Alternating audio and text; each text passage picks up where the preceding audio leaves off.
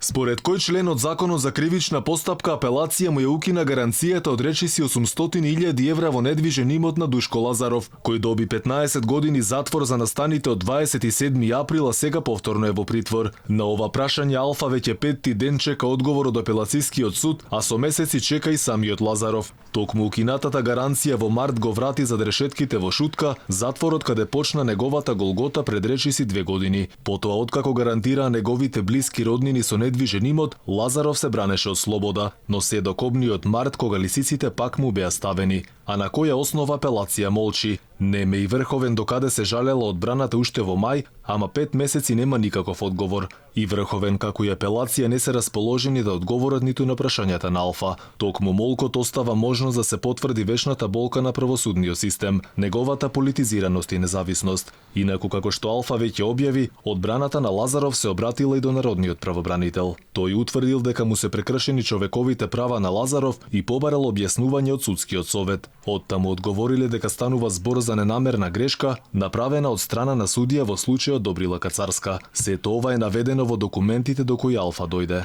Како причина за тоа се наведува дека конкретниот предмет имал обемна објава на присуда, а веднаш по објавувањето на пресудата биле изготвени 15 решенија за притвор со кои биле укинати мерките на предпазливост и направен е превид за неколку обвинети што не им биле укинати гаранциите.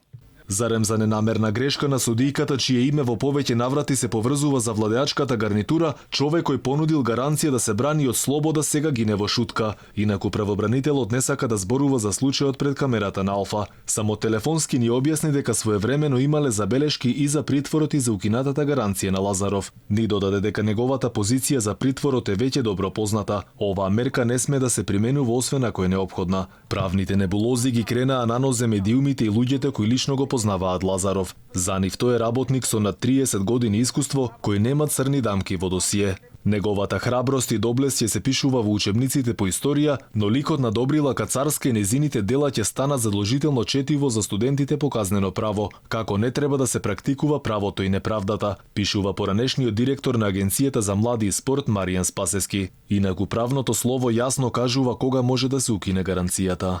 Положената гаранција ќе пропадне и на обвинетиот ќе му се определи притвор ако не дојде на уредно доставената покана и за тоа не го оправда изостанокот, побегне и го повтори или доврши кривичното дело или го стори кривичното дело со кое се заканува. Инаку Лазаров на 27 април бил единствениот кој бил присутен во штабот, во кој согласно актите на МВР требало да бидат присутни најмалку уште 7 други представници од полициските единици.